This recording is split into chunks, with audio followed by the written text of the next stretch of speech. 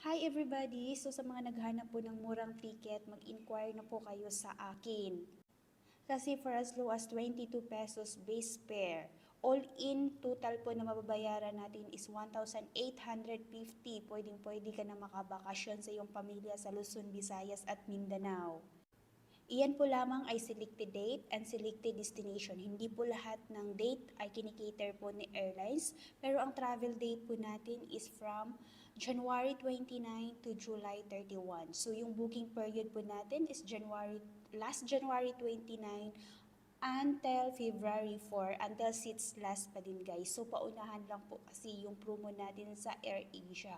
For as low as 1,800, murang-mura na po yan guys. Kung gusto niyo po mga ground trip ticket for as low as 3,000 plus, pwedeng-pwede na po. Kaya mag-inquire ka na, habol ka na sa promo kasi habang papalapit na po yung travel date natin, magmahal at magmahal po ang pamasahe ng airlines.